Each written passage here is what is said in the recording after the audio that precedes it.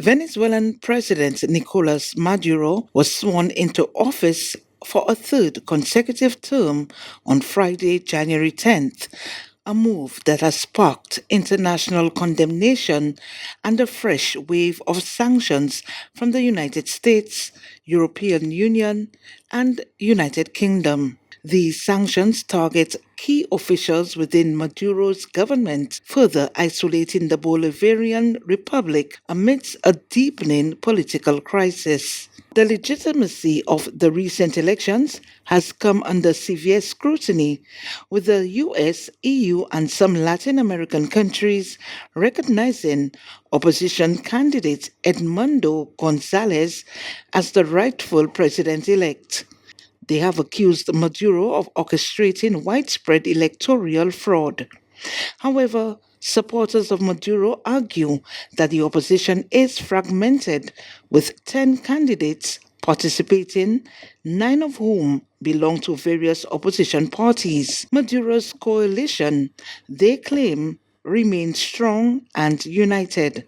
Bolivarian Republic of Venezuela's Ambassador-Designate Leiff Escalona Beretta emphasized the division within the opposition. This candidate who lose the election, he get the support from the United States, from some Latin American countries, like the president of Argentina, like the president of few presidents in the region of Panama, but the people of Venezuela is the real one who has to decide who will be the president, no other president. This response follows the Biden administration's decision to increase the reward for information leading to Maduro's capture from $15 million to $25 million, a strategy Venezuela's ambassador-designate contends has been ineffective.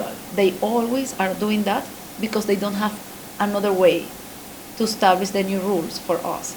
And this one is their rules, and we are still working and harder with our moral very high.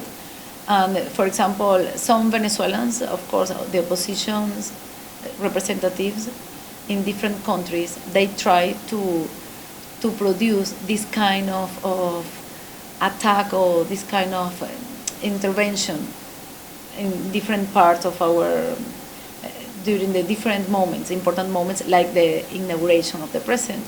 But they didn't get through because they don't have the real support. She expressed her confidence in the people of Venezuela. Confident that the entire team, and his first protection, the second protection, the third protection, is going well. It's not problem. It's like nobody believe on that.